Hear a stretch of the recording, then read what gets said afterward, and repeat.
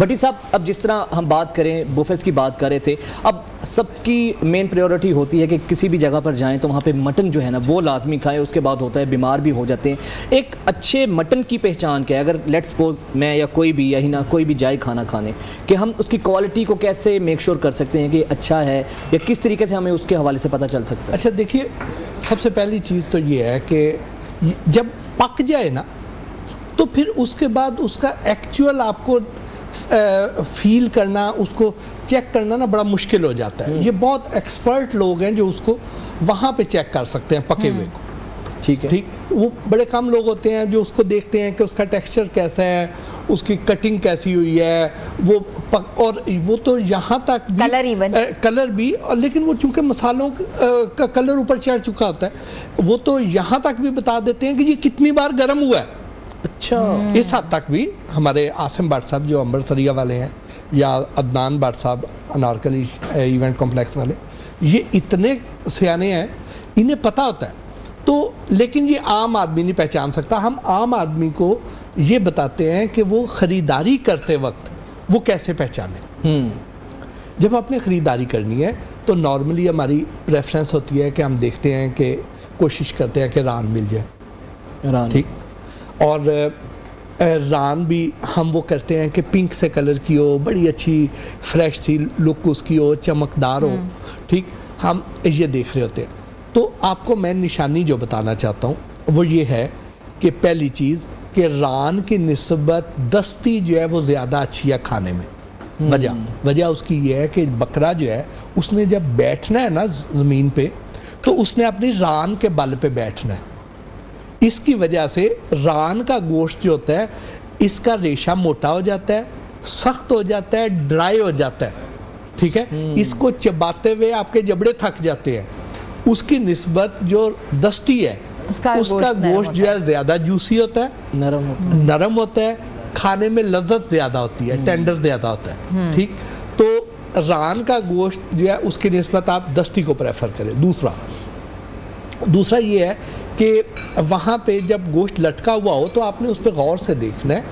اگر تو اس کا کلر تھوڑا سا ڈارک ہو رہا ہے اور خشک گوشت ہے, ایسے سوکھا سا, اس کے اوپر جو اس کی چربی کی جو ہلکی لیئر ہے وہ بھی خشک ہو کے ساتھ چپکی ہوئی ہے, اور گوشت بھی جیسے ہم تھوڑی دیر دھوپ میں رہے نا تو ہمارا اپنا رنگ جو ہے ذرا ڈارک ہو جاتا ہے. تو ایسے وہ والا تھوڑا ڈارک کر سائیڈ پہ ہوگا تو وہ گوشت جو ہے وہ پانی کے بغیر والا ہوگا.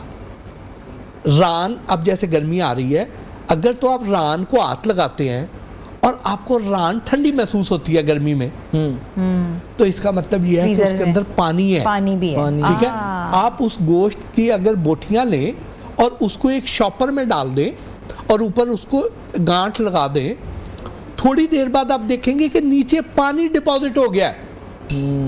وہ سارا اس کے اندر تھا, اس کے اندر پانی تھا. یہ وہ پانی تھا کہ جب بکرا ذبح کیا جاتا ہے تو اس کو پانی لگایا جاتا ہے, اس کے وہ دل والے وال کے ساتھ موٹر کا پائپ جو ہے وہ لگا دیتے ہیں. اچھا, اور وہاں سے خون اور پانی سارا واپس اس کے جسم میں پھیل جاتا ہے.